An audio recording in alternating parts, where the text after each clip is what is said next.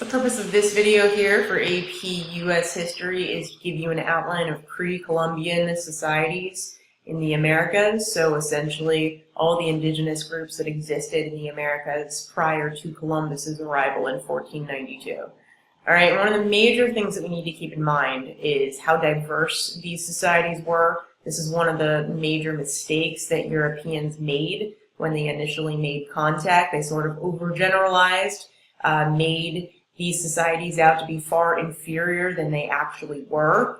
And also they really oversimplified their diversity. We now know how strikingly different these societies are in terms of language, culture, and many other things. This quote is slightly blocked off by my face, but you essentially get the point, I think. Basically, to overly generalize, or even to overly generalize the Native peoples as victims when we're looking at them historically, is not necessarily what we should do when we're studying their legacy. Also, I just wanted to let you know, when I'm referring to indigenous people, I may use the term Native American, I may use the term American Indian, or I'll just say indigenous people. I use those terms interchangeably, okay, just so you know. So a basic overview as far as where these groups came from when we're tracing all the way back to the dawn of human civilization. Essentially, these early indigenous people, there are a few theories, the most popular of which was the Bering Land Bridge theory, which postulates that about 30,000 years ago, during an ice age, the little strait of water in between Russia and Alaska was frozen over, and it created this this dry tundra that allowed the indigenous people to essentially migrate from Asia to North America and eventually spread out from there. Now, why did they do this? Largely, they were traveling after migrating mammals, huge mammals like bison. So they were going after their food. This was far before permanent agriculture. And with that said, one of the earliest pieces of evidence that show us that the societies in the Americas developed a form of technology during the Stone Age was that of the Clovis tradition, or the Clovis point. All right, so essentially it's a very ancient arrowhead. It shows us that these societies were organized enough to form hunting bands eventually. This is also going to evolve into another type of point. It may not look too different from the Clovis point, but something called the Folsom point, which is actually sharper, which will contribute to the Pleistocene overkill, which I'll talk about in a second. But back to the Clovis tradition, it's also important, one of the other things that this archaeological record shows us is how extensive the trade networks were throughout the Americas, because these Clovis points were found all over, especially the North American continent, which just shows us how heavily these societies were trading with one another. The earliest Clovis point is dated about 11,000 years ago, yeah, it just shows us how far that they traveled and how far that they traded. Again, eventually this point is going to evolve into the Folsom point.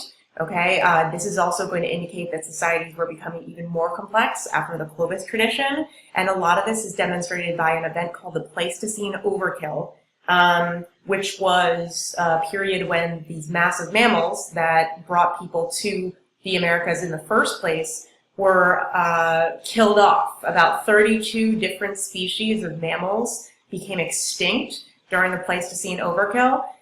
What it shows us is that the people that had migrated into this region were becoming more sophisticated with their hunting techniques, their ability to preserve food, for example, by drying it, creating the first instances of jerky, for example. That shows us again how their hunting methods were evolving, becoming more sophisticated, and they also were hunting large enough quantities of food to prove to us that they could preserve it and save it for seasons when there wasn't as much food available. But obviously this is a huge environmental impact because so many of these species died off.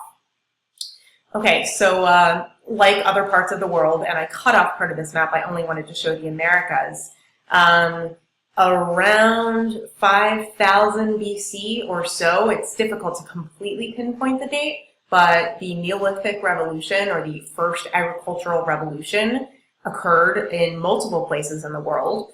Notably, the two areas in the Americas where there is the earliest evidence of permanent agriculture was in Mesoamerica, present-day Mexico, and in the Andes mountain region, which was where the Incas lived. And the most prominent crops that were grown in the Americas were maize, which is a Spanish word for corn, and potatoes. Okay, these were seen as miracle crops because they sustained so many people, and populations were very large in some of the major urban centers. Also, just as a given, this happened all over the world, but when these societies started to adopt permanent agriculture, this also led to them settling down, not migrating as much, and it also led to more diversification of labor. In other words, not everyone had to farm per se, and people who did farm had more specific tasks. The other thing that we saw happening during the Neolithic Revolution was an increased gender diversification of labor. So what we experienced more, in general, there were some exceptions, but the men in indigenous societies tended to do more of the hunting, and if their nation was in conflict with another, men also tended to be involved in warfare. Whereas women, in addition to, of course, childbearing, they also oftentimes were in charge of gathering food and also managing affairs if men were off at war. And additionally, many women got involved in agricultural production. Now, in larger societies that were more dependent on agriculture only and did not hunt as much, men also were very much involved in farming in those societies. So, like Mexico, for example, these societies farmed quite a bit and men were involved. One thing that I wanted to just postulate briefly, and we can talk about this more in class, is whether the Neolithic Revolution completely improved these societies. Okay, so for example, think about the environmental impact of long-standing, long-lasting agriculture. It does eventually dry out land. Another thing that we can consider is how it can contribute to overpopulation, how that might create increased tensions between societies and warfare. And also there's evidence that people who gathered rather than farmed actually had more diverse diets. So, just food for thought. This actually shows us the major pre-Columbian civilizations of South America. So the major empires that existed here were the Aztecs, the Mayas, and the Incas. Okay, so going into a little bit more detail, starting with the Mayas. The Mayas were located on the Yucatan Peninsula in mostly Mexico and also Central American countries such as Guatemala. There's a lot of archaeological evidence that indicates their sophistication in terms of architectural construction, as we see with the Chichen Itza. More examples here. There's evidence that they played organized sports. Here we see a ball court. They played a game called Pak Tatak, which is sort of like a very ancient form of soccer. The Mayans, like many American civilizations, were known for cultivating maize or corn, and it makes its way into their religion. Also, the Mayans constructed granaries, which was a way that they could store food for long periods of time. They also had writing systems, like many comparable societies, if you compare it to ancient Egypt, for example, or the Phoenicians. We see that the Mayans also had a very sophisticated writing system, which again is something that many Europeans kind of underplayed when they first experienced indigenous peoples. So they used a hieroglyphic system. One of the major sources of trade, actually, once Europeans set foot in the Americas was the cocoa bean, so chocolate. Okay, you see sophisticated science as well, evidence of astronomy. Moving on to the Aztecs. Now, the Aztecs were located north of the Mayans, all right, in present-day Mexico. The largest city center that existed for the Aztecs was Tenochtitlan. which is very close to present-day Mexico City. It had an incredibly high population. The entire Aztec empire had a population of approximately 5 million people, which is just as, if not larger, than the European population during their peak. So not during their peak per se. So the population of Tenochtitlan around at its peak had a population of about 200,000 people, and this is actually comparable to the largest cities that existed in Europe at the time. Okay. Another thing that's really interesting about the Aztecs was their agriculture was very sophisticated. They actually created little floating islands, especially during the periods of the year when there was extensive flooding. These were called chinampas. Another artist rendering there. The Aztecs also had an ancient writing system. They also had enough knowledge of astronomy that they could construct calendars that were incredibly accurate. Their religion did involve human sacrifice, which was a reason why Europeans did oftentimes equate Aztecs and Mayans in particular as savage peoples. All right, again, human sacrifice evidence here. And evidence of a very violent society as well.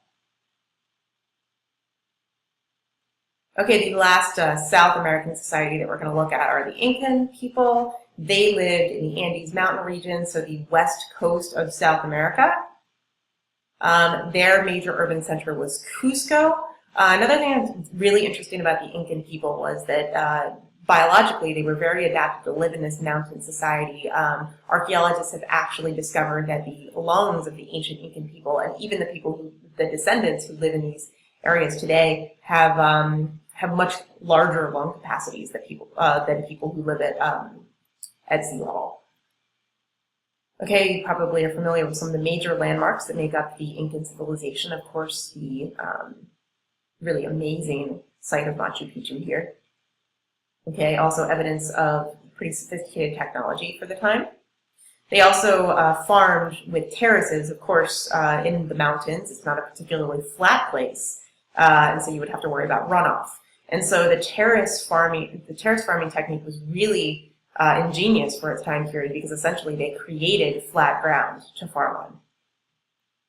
Again, corn and potatoes were very popular for the Incans. Also, you did have some people who, there's evidence of very widespread trade networks. There were people who actually went to the Pacific Ocean to fish and would bring their products back to the major urban centers. Just examples of art and culture and its sophistication. Also, the Incans had a very interesting kind of system for trade and to keep track of their economy. It was a series of knots that they tied with rope, and it actually was sort of a ancient form of currency. Another thing is that because the Incan climate was very dry, there is a lot of evidence of mummification of the bodies of Incan peoples. So archaeologists have been able to uncover a lot about the Incan societies, and like the Incans like the Mayas and Aztecs, these people also had widespread riches and gold and silver at their disposal, which was something that made them very appealing to the Spanish when they arrived in 1492. So I'm going to continue with a second video here that shows you the North American societies, but this is a sort of an introductory video that shows you the South American societies. Okay, so on to part 2 in just a moment here.